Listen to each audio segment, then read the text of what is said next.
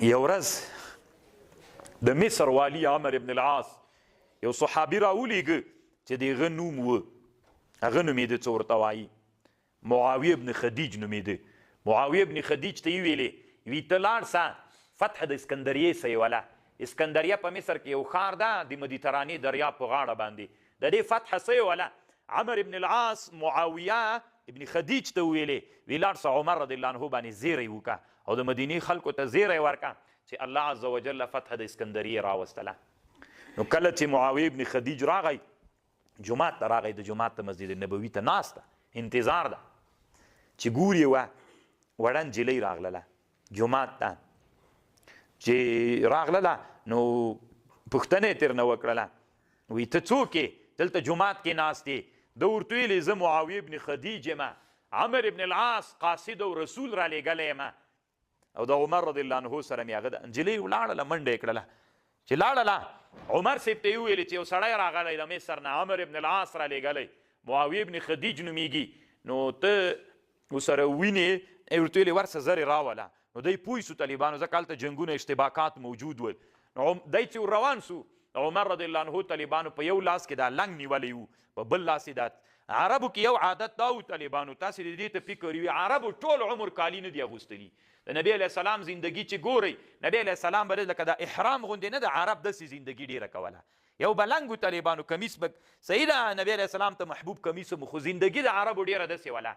یو به لنګ یو څادر به لنګ و، یو څادر به پاس نه اغوستی و، لکه د احرام حالت څه وي داسې زندگی د عربو ډېره وله. داسې خو اوس چې افغانستان کې کوم ملا وګرځېږي بیخي به خدای د چا فتوا پې ولګوي، ځکه انسان ترې متاثر کېږي، چا نه ډېر متاثر کېږي، ټولنې نه. او اصل کې طالبانو د رسول الله د عمر رضی الله عنه دغه حالت کې همداسې و، په یو لاس یې طالبانو لنګ نیولي و، په بل لاس د څادر داسې چې اړولي نیولي و، تیز را روان و. دی چې ور روان سو نو ورته ویلې ما عندک معاویه ابن خدیجه څه دي در سره؟ قال خیر یا امیر المؤمنین فتح الله الاسکندریه، الله فتح د اسکندریې راوستله. فخرج معي الى المسجد، جماعت ته راننوت طالبانو. عمر صاحب باندې ورته راوتلي و چې دا معاویه ابن خدیج سره مخ سو، وایي څه خبر ده؟ ورخطا سو کنه چې یا به څوک شهیدان سي یا به څه خبر وي، وایي څه خبر ده؟ وایي فتح الله الاسکندریه، الله فتح د اسکندریې راوستله. بس طالبانو جماعت ته ورسره ننوته.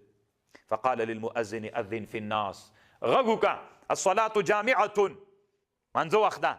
فاجتمع الناس، خلق را جمع سول. هغه مؤذن اعلان وکړه کنه د مدینې خلق را ټول سول یو دم، ټول مدینې جماعت ته. ثم قال لي قم فاخبر الناس، پورته څه خلکو ته خبر ورکړه.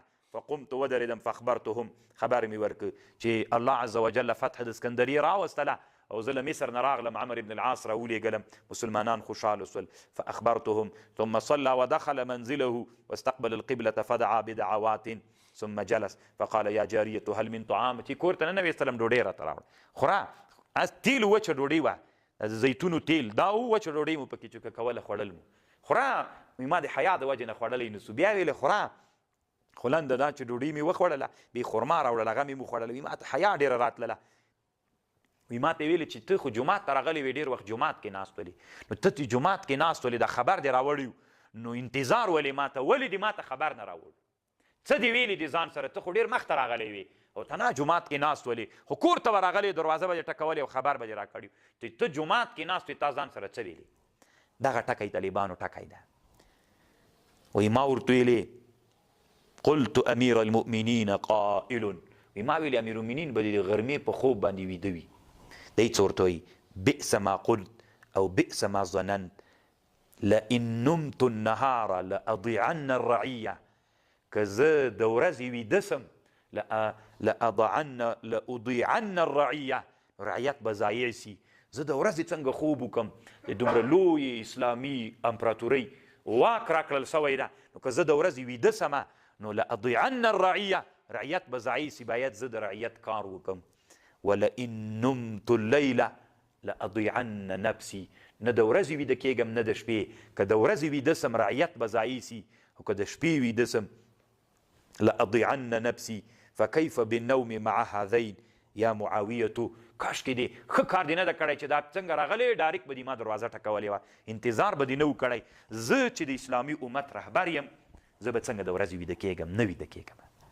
تاسو ځان سره فکر وکړئ طالبانو چې الله عز وجل اسلامي د اسلام فارش ورځ تر بلې په اسلامي امت باندې غوړوه لکه دلته چې خبر ورته راغی چې د اسلام فارش تر اسکندریې مو وغوړېده نور وغوړېده همداسې نن اسلامي امت طالبانو ورځ تر بلې نه د اسلام هغه فارش راټولیږي علت یې دا د طالبانو داسې مخلص رهبران موږ نه لرو لکه عمر رضی الله عنه غوندې چې الله عز وجل